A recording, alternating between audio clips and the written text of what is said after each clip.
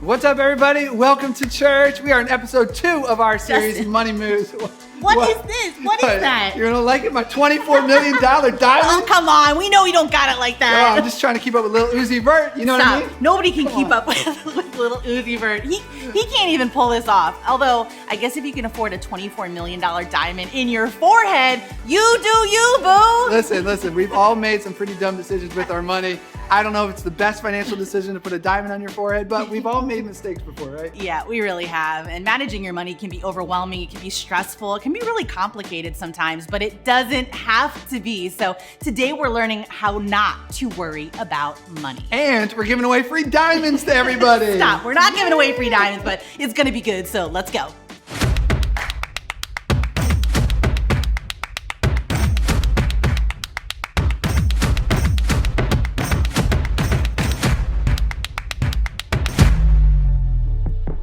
Well, hey, welcome to Epic Online, everybody. My name's Justin. This is Emily, and we're going to host you today through our series, Money Moves. In fact, it's tax week. Emily, how do you feel about that? How does anybody feel about tax week? Come on. Come on, we know tax week can bring a lot of stress into life, thinking about all the money you have or the lack thereof, right? Come on. But don't worry, Epic fam, we are here for you. Yeah, it's going to be good. And throughout this entire series, we want all to be coming away with just an understanding of what God's vision is for our money and really what he wants us to be able to do with it. You'll hear around here, we talk about it a lot, that everything is better with God at the center, and money is really no exception to that. Yeah, we want to give you some really practical steps along with that. So we are providing you a Money Moves Masterclass. It's coming up on Monday, May 24th. We're going to learn from some of the top financial coaches around the country on how to win with our money. It's gonna be really cool. And we're bringing it to everybody, a special offer today for the very low price of Free 99. Free. Yeah, it's gonna be great. Hey, we want to make sure you get involved in this masterclass, but you got to RSVP to save your spot. So just go to epic.church/masterclass and sign up. To make it even simpler for you, we can text you that link when you text in to check in today. Yeah, so be sure to text in. Texting in is great. We love to be able to know that you're with us and hanging out with us. So to text in to check in, you just have to text the word HERE to 215-999-8575, that number right on the screen, and you're done. You're all checked in. Simple as that. And hey, we sent out a big update. We texted out a big update this week that we don't want you to miss things like that. And so make sure you text in to check in. That's why it's so important that we have your number so we can send you stuff like we sent out this week. Oh yeah, so Kent sent an update out because we got some big updates from the city, from the state, and a lot of stuff going down. It's exciting. Yeah, it's an exciting time, so check this out. Hey everybody, have you heard the news? The city just announced they'll be lifting all COVID restrictions except for masks. That's incredible news. Now listen, our regathering plan has actually already been in motion in anticipation of them lifting some of the restrictions. But this is even better than anything we could have hoped for. And so I just want to take a second and just celebrate that with you. I mean, this past year has been a long, hard year for a lot of us, and it's nice to finally be able to see the light at the end of the tunnel. Now, I also wanted you to know that we've been working hard just thinking about the future and reimagining what church could look like for us going forward, and we can't wait to tell you about it. In fact, we're gonna do that in our next series called Don't Call It a Comeback. See what we did there? Yeah, it's gonna be pretty amazing. You do not wanna miss it. Oh, yeah! I'm excited for that series and for what God's going to do next in our church. Yeah, I can't wait. Big stuff going down. We don't want you to miss any of it, so make sure that you are texting in to check in. Super easy, and just make it part of your church experience. And if you're new with us here at Epic, it's a perfect time to be connecting with our church family. It's an exciting time in our church, and we would love to know that you're out there watching with us today. So when you text in, we're going to give you a gift. It's actually a t-shirt is our way of saying thanks for being here today. Wait, they don't get like a stick it on your forehead kind of diamond as a gift? Listen, No? I tried to give diamonds to everyone, but you already said no, so it's off the table. Sorry. All right. Well, as part of this series, each single week we are going to be doing a special segment called Money Move, where we get to bring a money tip to you from a financial coach. So let's take a look at this week's Money Move. Hey, what's up, Epic? It's Will here, and I'm hanging out with an Epic OG. His name is Tony. What's going on, man? Hey. Good to be with you. Well, right now we're in a series called Money Moves. So, Tony, I've got some questions because you are a financial coach. So today's question is this: what in the world do people mean when they talk about a debt snowball? Oh, of course. A debt snowball method is a strategy for debt reduction. And the way it works is we start off with all of our debts in order from smallest to largest. And as we apply minimum payments, those small debts get paid off. We roll that money over into the larger debts, and eventually we find ourselves out of debt. It's just a way to develop momentum and get small wins on the course of our financial journey. All right, I kind of like that. Like just small wins along the way, building that momentum going in the right direction. So that's pretty good. I hope you were taking notes. That was today's Money Move moment. We'll see you again next week. Hey, thanks, Will and Tony, for that practical advice. I know so many of us can feel weighed down by debt. It's good to know that we can have a plan of attack, right? Yeah, it's really good. So everybody start rolling. Let's go. Start rolling that debt snowball. Get Come it going. on. I've actually used this approach in my life. I've talked to a lot of people who have. Emily, you've done the debt snowball Same. deal, Yep, right? same. In fact, the first time that you learned about this, we went to an event together, right? You learned Did. about that night. Yeah, it was great. It was just a one-night event where you got some of these baby steps, as they call them, and what a great starting point it was. That's exactly what we hope the Money Moves Masterclass is going to be for so many of you. It's going to be a turning point. But I've talked to people who have used the debt snowball and some of these tips, and it really brings like a sense of hope, because let's just be honest. Dealing with finances, dealing with debt, feeling just defeated and overwhelmed and hopeless because of all the pressure that brings. It's very real. And so we want to be able to kind of help you keep your head up and bring some hope to you. Yeah, and we get to serve a real God who provides us with real hope. And in a moment, our band is going to lead us in a song called You Keep Hope Alive. And I think that's what we all could use. We could all use just the encouragement to keep our head up, to keep moving forward, and to keep hope alive. So in a minute, we're going to go ahead and sing that together. And then our lead pastor, Kent, is going to lead us in a message. It's just going to be so encouraging and so great. Get rid of that worry, everybody. Come on, you got this. Let's sing together. Let's go. Days may be darkest, but your light is greater. You light our way, God, you light our way. When evil is rising, you're rising higher, with power to save, with power to save. You keep hope alive. You keep hope alive from the beginning to end. Your love never fails. You keep hope alive because you are alive. Jesus, you are alive.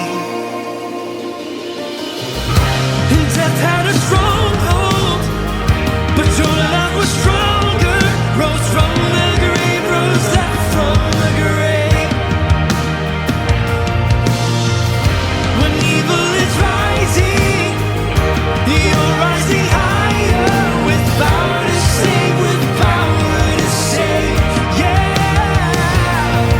Oh, you keep hope alive.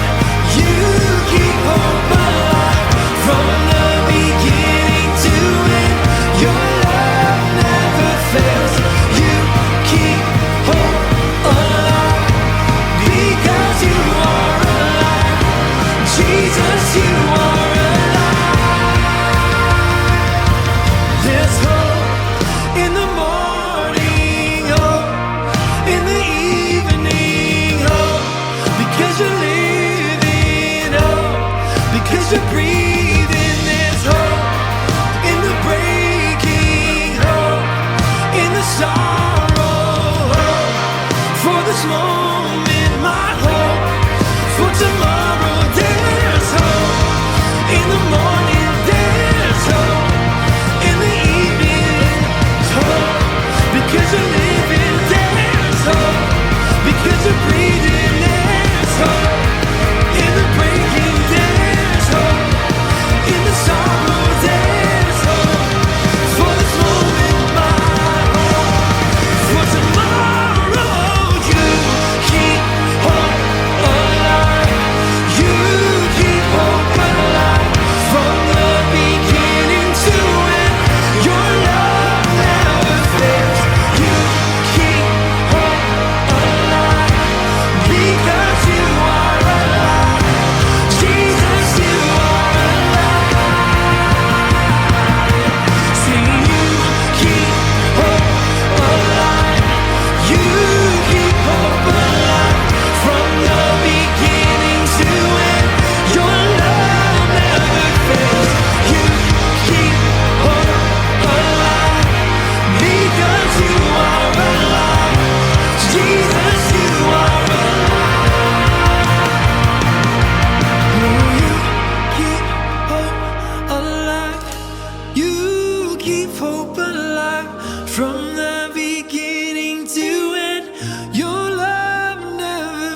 Jesus, you keep hope alive. Because you are alive, Jesus, you are alive.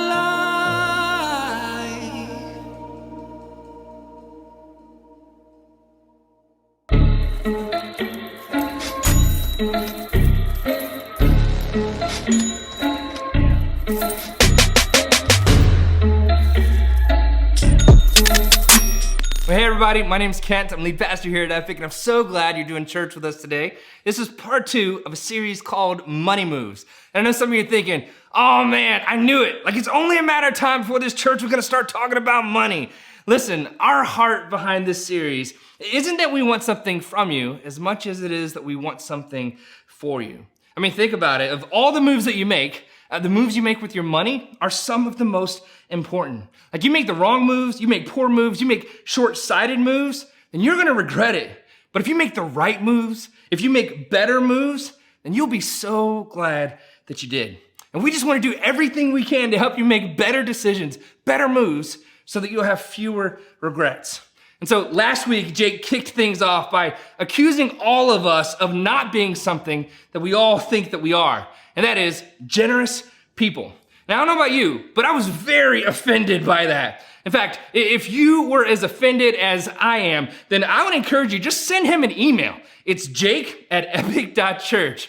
And if I say something that offends you at any point in the series, you can use that same email, jake@epic.church.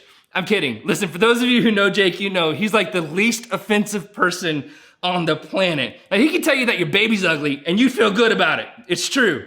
That said, there's not much that's more offensive than whenever someone accuses you of not being something that you know that you are. It's like they look at you and they're like, you just don't love people. And you're like, all I do is love people, you jerk face, right? You ever felt that way? Now, I know some of you were here last week and you're back this week to be offended all over again. And I have to admit, I'm impressed. But there are others of you, you're here for the first time today, and I just want you to know it's gonna be okay. Because like I said earlier, this series is more about something we want for you than it is about something that we want from you. So let's go ahead and jump right in. Listen, generosity is an important part of how we manage our money. In fact, I would argue it's a more important part of how we manage our money than we ever really realize. The thing is, we all think that we're generous people. And one of the reasons why we think this, even though there's a good chance that we're not, is because we're really good at doing one thing in particular. We're good at giving to some things sometimes. Isn't that true? Like you go to Wawa, the person behind the counter says, hey, you want to give $1 or donate $1 to Children's Hospital? Yeah, I'll do that. Why? Because I'm generous. You go to a restaurant, you always tip well, 20, 30%. Like you don't even think about it. Why? Because I'm generous. A kid shows up at your door selling those overpriced candy bars.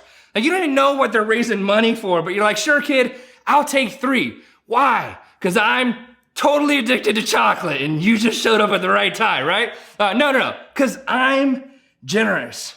And we think we're generous because we're good at giving to some things sometimes. And it's not just the small things that we do this with, we also do this with some big things too. Like if there's a cause that you really believe in, or if there's someone that you're close to who's going through a difficult time, you might actually give pretty big. Like you might give with some zeros behind it. And so we think because of those things that we're generous. But what we learned last week is that generosity is more than just random acts of giving. Now, random acts of giving are great. Don't get me wrong. Like don't stop doing that. But if you are a follower of Jesus, then you're called by God to something even greater than that. And that is to be generous. And so here's our working definition for generosity in this series. Generosity is pre-deciding that you'll consistently give a certain percentage of your money away to serve God and other people. Now, you know what it means to pre-decide, right? It's like whenever you brush your teeth. Like when you wake up in the morning, you don't have to think about that decision. You don't have to think about whether or not you're gonna brush your teeth. Why? Because you pre-decided. You pre-decided that you didn't want to have funky breath throughout the day. So it's automatic. You're going to brush your teeth because that was a decision that was already made. That's what generous people do with their money. They pre-decide to give a certain percentage of it away to to God and other people. They don't wait until they're guilted into giving. No, way before they ever heard a pitch, way before they ever saw some pictures of some puppies. No, they decided that they're gonna be generous. And they don't give because of what they'll get. You ever heard this one? All right, the guy gets over there and he's like, if you give God $1, he'll give you 10. Hey, you know what I'm talking about? Listen, you know what that is? That's called a bribe. I'll do this if you do that. Now, I'm not saying that God doesn't get involved in your finances if you invite him into that part of your world. I think he totally does if you do your money his way. But generous people don't give because of what they'll get. That's not their motivation. That's not why they do what they do. They give because of what they've already been given. And they've pre-decided to consistently give a certain percentage of their money away to serve God and other people. And so you might be thinking, okay, like that's nice for those people, but I'm not those people. Like I'm more of that random acts of giving kind of person. Like I'm the candy bar guy, right? And honestly, I think I'm okay with that. So why should I care about all this? And why should I even care about this series? I am so glad that you asked. Here's a few reasons. Number one, whenever you become generous, you will give more and you'll save more. Now, the only real, I think, exception to this is the small percentage of you who've actually hoarded all of your money, and now you've got a big bank balance, but no real peace. And so here's what I would say to you if I'm talking just to you for a moment. Here's why you should care. If you'll learn to be generous, then you'll give more, but you'll actually begin to save less because you'll realize that you've oversaved. Yeah, that's a thing. And here's the big one. You'll be happier. You will be happier. And Jesus said that it's more blessed to give than it is to receive. And when he said that, he wasn't saying that if you give, then you'll feel better than if you received. I gotta admit, I've done both, and I'm a fan of both sides of that coin. Like I enjoy giving, I also enjoy receiving. What Jesus was saying here is, listen, the person who organizes their life around generosity, they will be blessed. They will be happy. They will have a joy-filled contentment that only comes from God. I mean, think about this. Isn't it true that generally speaking, the most generous people you know are also the happiest people you know? And the happiest people you know are also the most generous people you know? And so here's a question. If I told you that there was a pill you could take and 10 years from now, you would have given more, saved more, and you'd be happier, would you take that pill? Yeah, of course you would. We all would. But there's another reason why I think you should care about this series. And this is the one I want to spend most of our time on today. Here it is, number 3. Whenever you become generous, you'll break free from the vicious cycle of worry and discontentment that you're in. Now listen, before you say, well, that's not me. Listen, 95% of the people who are watching this right now are stuck in that cycle. And here's what's scary. They don't even know it. So here's what it looks like. The primary emotion that most of us feel or have whenever we think about our money is worry. Isn't that true? Like we're worried that we'll have enough to do the things we need to do. We're worried that we'll have enough to do the things we want to do, like go on vacation or get a new this or a new that. We're worried that we won't have enough money to put a ring on it. It's like, I like it. I want to put a ring on it. I just can't afford a ring. So we're worried that we won't have enough money to get married. We're worried that we won't have enough to get a new car or a new house or to save some. We're worried that we won't ever be able to get ahead, right? And eventually we start to worry that we won't have enough to retire. And so on some level, I think most of us worry about our money. And so because we're so worried about all these things that we want right now, what do? Yeah, we wait patiently and save up until we can afford to go buy those things, right? No, that's not what we do. Not even a little bit. No, we make it happen right now at all costs. Like we spend everything we have and then some trying to make that happen. We finance it, we lease it, we put it on credit, we borrow some money from a family member and just try to avoid them at family functions for the time being. Like however you make it happen, you end up spending more than you make. And if you spend more than you make, then that's gonna lead to something called debt. And here's the thing about debt. Debt comes with a gift every single month, right? It sends you a bill with interest. And here's the thing about bills with interest. They're due right then. And so you have to pay those things with the money that you don't already have. And if you're trying to pay that down, the truth is that's gonna lead to having little or no financial margin. And here's the thing, if you have little to no financial margin, here's what I know is absolutely true. Then you have something to worry about. Why? There's a bunch of reasons. Number one is because honestly, those things that we want in the moment, those things that we want right now, or we're not patient enough to wait until we have the money to go buy them, those are appetites. And here's what I know about appetites. They're never fully and finally satisfied. They're just not. Like you're never gonna eat dinner one time and then the next day be like, oh no, I did that yesterday. No, you're gonna be standing back in front of the fridge because you're hungry all over again. It's an appetite. And these things that we want to buy the newer, better, bigger thing, they're appetites. They're always gonna be there. And so we're always gonna be tempted to borrow more money, to spend more than we make, which is gonna lead to more debt, which will lead to little to no margin, which will give us something to really worry about, right? Or number two, something's gonna break. And when it breaks, you're not gonna have the money to fix it. And so you're gonna be tempted all over again to spend more than you make, which will lead to more debt and higher interest and more bills, which will lead to no margin. And then you've really got something to worry about. You know what this is? This right here, this is the crazy train. It is. You know what else it is? It's the American way. It's the crazy train. And 95% of us have bought that ticket and are along for the ride. Listen, let me ask you a question. What would have to change in order for you to get off the crazy train? I know what you're thinking. More money, right? If I just have more money, then I could just get off the crazy train. No, here's why I know more money will not fix that issue for you. It's because you had the same problem when you were 22, you have the same problem now that you're 32, and you'll probably have the same problem whenever you're 42. Listen, you're making more money right now than you've ever made in your life. And you're still just as worried about money as you've ever been. Like, how is that even possible? And get this will really blow your mind. There are people who make 2 and 3 times the amount of money that you make, whatever your salary is. There's people who make 2 and 3 times the amount of money you make, and they're absolutely terrified about their financial picture. In fact, there's a famous theologian who put it this way. He said, more money, more problems. Listen, Biggie had it right. He was telling the truth. Listen, for most of us, this right here, this is not a money issue, with the exception of those of us that are living in deep poverty. And here's the deal, that's a serious issue in our city, and I'm looking forward to talking about that actually in the last week of this series. But for most of us, this right here, this isn't a money issue. It's a heart issue. You see, spending more than you make, that's not a money issue. It's a self-control issue. And piling up a bunch of debt, like not getting out of debt and staying out of debt, that's not a money issue. That's a contentment issue. And doing life with little to no financial margin, that's not a money issue. That's a discipline issue. And worry, no, that's not a money issue either. That's a spiritual issue.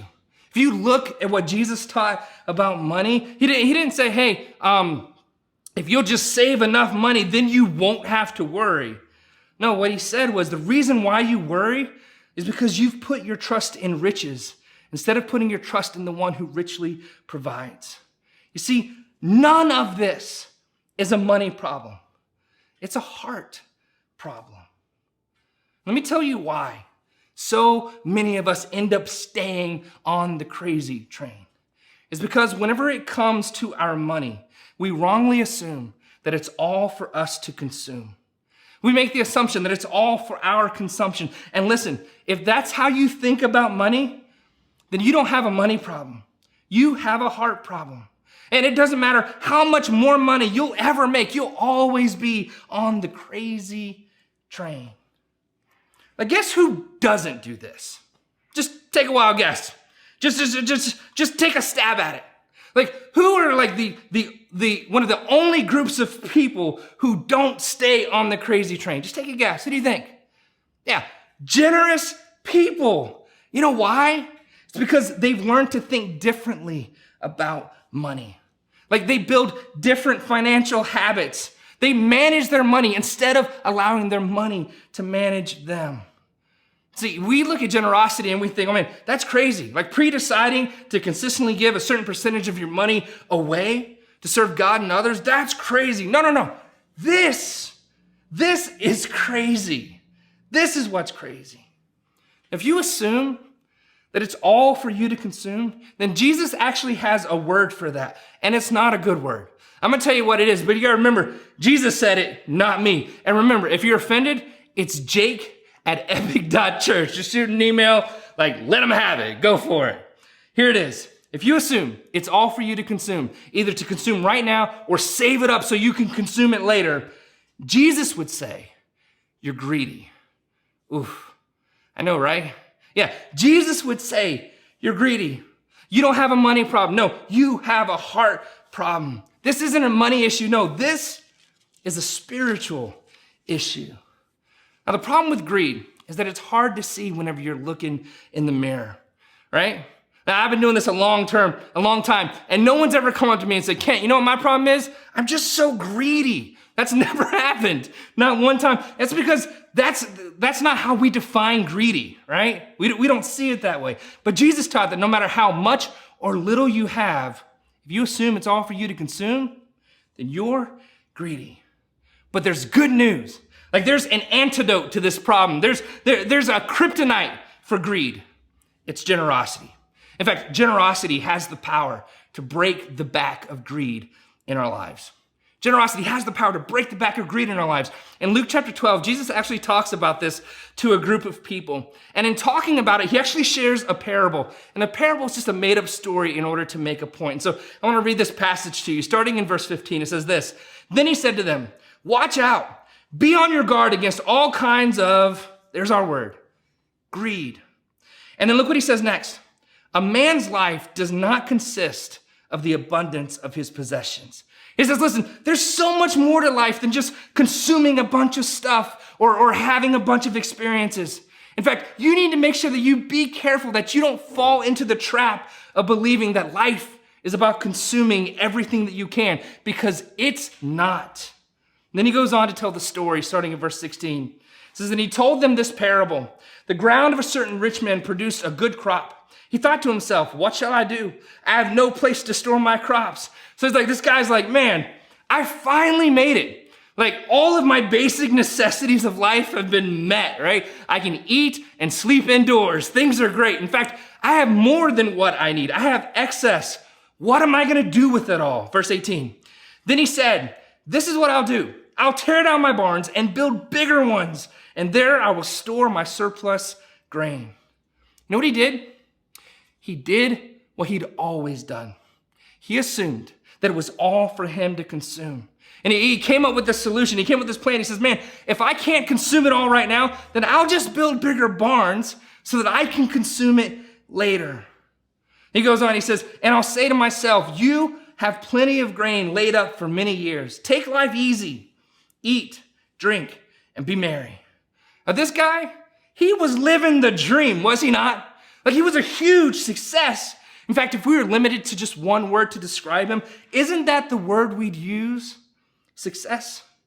Yet the scripture goes on to tell us that God uses a completely different word altogether. Verse 20, "But God said to him, 'You fool.'" Anyone else surprised by that? Like, what do you mean fool? I'm not a fool. I'm successful, but I'm not a fool. I'm #blessed, but I'm not a fool. Publishing companies are coming to me to write a book about how successful I am. I'm not a fool. And here's the thing, if he wrote that book, we'd all go buy it because we want to be just like him. But God calls him a fool. And then he tells him why. He says, "This very night, your life will be demanded from you. Then who will get what you've prepared for yourself?" In other words, he says to him, he says, hey, you're going to run out of time before you run out of all this stuff. And then who's going to get all of it? And the answer to him is the same for all of us. Somebody else. Isn't that true? Right? And not because he chose to be generous, but just because he died. Like that's all he did was die, and all his stuff went to somebody else. Listen, whenever you go, somebody else is going to get all the stuff that you've accumulated. Like your car that you love, gone. Your collection you built over time, gone. The shoes that you adore, gone. Like, it's all gone. I heard a story about a guy who took his life savings and put it in a suitcase and he put it up in the attic. And he told his wife, he said, listen, whenever I die, I'm gonna grab that suitcase on my way to heaven and take it with me. Well, sure enough, at some point he died. So the first thing his wife did was run over and climb up into the attic to see if the suitcase was still there. She looked, and there it was. She thought to herself, I told him he should have put it in the basement. Right? Listen, it doesn't matter where you go. You can't take it with you. You can't. Listen, Jesus says, listen, you've prepared all this stuff for you, but it's a total loss. And here's why. You've assumed that it was all for you to consume. You've believed the lie that your life consists of the abundance of your possessions. You've lived under the assumption that it's all for your consumption, but it wasn't. No, I've called you to something so much better, so much grander than that. You're thinking, okay, well, if it's not all for me, then who's it for? He answers the question in verse 21, and I love this because it's like Jesus pulls out from the story and he looks all these people that are gathered around him, he looks them in the eye, and I think in the same moment, he's looking at me and he's looking at you in the eye as well. Here's what he says. This is how it will be for all of you that are listening to this story right now and all of you that will hear this story thousands of years from now. This is how it will be with whoever stores up things for themselves, but is not rich toward God. He says, listen, this is how it'll be if you assume it's all for you to consume and you store up things for yourself instead of being rich toward God. It'll be a total loss. You will have not been successful. You will have just been a fool. Listen, you need to know this. God didn't call him a fool because he was rich. In fact, it was God who made him rich, right? He was a farmer. Like, who controls the rain and the sun and whether or not the plants grow? Yeah, God does that. So God was the one who made him rich. So he didn't call him a fool because he was rich. No, he called him a fool because he was confused. He assumed it was all for him to consume, but it wasn't. It was for something so much better, something so much more important than that. He was blessed so that he could be rich toward God, which I think begs the question. So how do you be rich toward God? And I'm going to tell you next week. Next week, we're going to jump back into this and we're going to get super practical about all of it. But here's what I want you to take away from today. Generous people don't assume that it's all for them to consume. No, they know that their life doesn't consist just of the abundance of their possessions. And it's this mindset, it's this shift in thinking that I think if we can get it, man, it'll help you give more. It'll help you save more or save less if you've oversaved. And it'll actually help you be happier.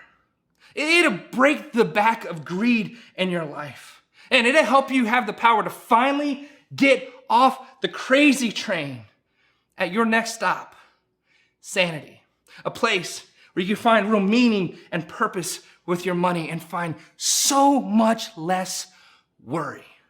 Wouldn't that be great? Don't you want that? Yeah, me too. Let's get there together. Let me pray for you. God, we love you. We thank you so much that you first loved us. And Lord, I pray you give us the wisdom to know what to do with what we've just heard and the courage to do it. God, I pray that you would just be with us through this series. God, help us as our hearts change and shift and help us grow into the generous people that you've called us to be. In Jesus' name, amen. Hey, everybody, I love you, and I'll see you next week. Well, hey, Kent, thanks for that message and for that line, man. Generous people don't assume it's all for them to consume. But that's really the way that we want to live our lives, right? Yeah, I mean, it's the way I want to live my life. And when he was talking about that piece about financial margin, that was also really good.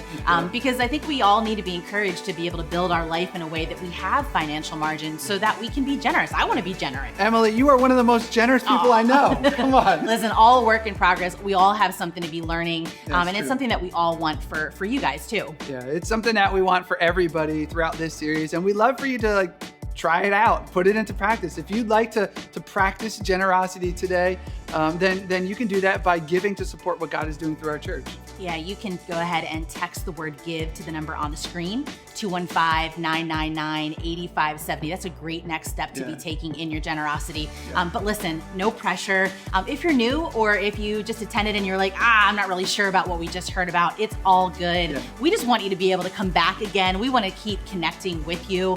And we know that you'll be able to recognize that all we want is just God's best for your life. Yeah, and for a lot of us to take a step in generosity, to try it out, that's a great next step to take after hearing a message like that. So go ahead, you can text in, and thank you for helping us. Thank you for everyone who gives. Thank you for helping us continue to care for, love, and serve our city. And we want to help support you, so that's why we got that free masterclass coming up, Money Moves Masterclass, where we're going to learn about how to win with our money, but you got to RSVP, so make sure you do that. Yeah, head to epic.church/masterclass. Don't miss it. Trust me. Don't be sleeping on this. It's going to be good and helpful. And hey, thanks for hanging out with us today. Hope you had fun. Before you go, make sure you click the like, share, subscribe. I don't know where it is on your screen, so click all those things before you go. Okay, do all those things. And if you are new, make sure that you stick around. Pastor Kent wants to be able to say hey and also invite you to our next welcome party. So make sure that you do that. Emily, before you go, I've actually got some diamonds for What you. is that? I'm going to oozify you. Little Uzi, my little Uzi gun. Come on, guys. Here we See you go. later. Well, hey, thanks again for joining us for church today. If you're new, we're glad you're here. And I just want you to know we do church just like this online every single week. And we'd love for you to be a part. If you had a good time, make sure you hit that subscribe button. Follow us on Instagram, and we'll make sure we keep you in the loop. Listen, no matter who you are, we believe that God has an incredible plan for your life. And we just want to do our part to help you discover what that is. So keep following along online, and make sure you text the word HERE to the number on the screen so we can make it official, send you your t-shirt, and get you all hooked up with everything you need to get connected and be part of the fam. In fact, I personally want to invite you to be one of our guests at the welcome party because we'd love the chance to get to meet you.